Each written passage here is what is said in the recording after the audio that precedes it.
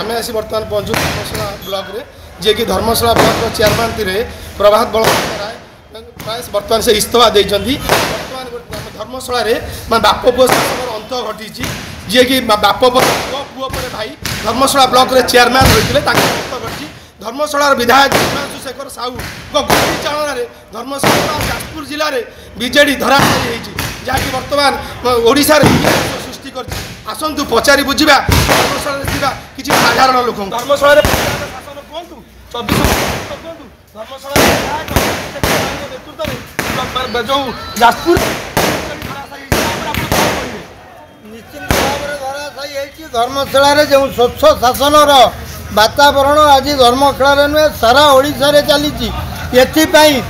जे पंचायत स्तर समिति सभ्य ठारू आरंभ करी सरपंच पर्यंत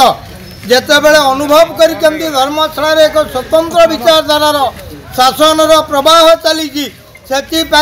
व्यक्तिवाद को सपोर्ट न करी धर्मशाला साधारण जनतार केमिटी काम हम ताकू विचार को नहीं हिमांशु शेखर साहू साथी रही एक नूतन धर्मशाला गठन होब एक स्वर्णिम धर्मशाला परिकल्पना करिथिबा धर्मशालार युव नेतृत्व धर्मशाला जनमानकर नेता हिमांशु शेखर साहू साथी रही मन बड़ाई आज जो निष्पत्ति नहीं आगे धर्मशाला जनसाधारण ठारू आरंभ करी प्रत्येक महलू निश्चिंत भाव में यह एक स्वागत योग्य जो जनप्रतिनिधि मैंने आखिंट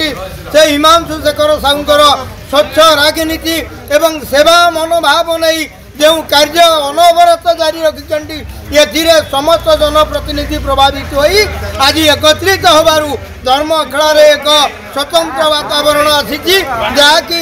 धर्मशाला नुहे सारा जाजपुर जिले में ये कलंकित शासन विलोप घटी ए कौन सन्देह नहीं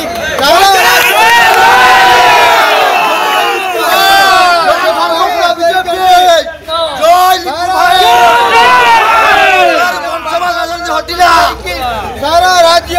ये निश्चिंत भाव में प्रभावित हम ए कौन सन्देह नहीं कहीं ना जनसेवा ही निश्चिंत भाव में मानव सेवा ही माधव सेवा आज धर्मशाला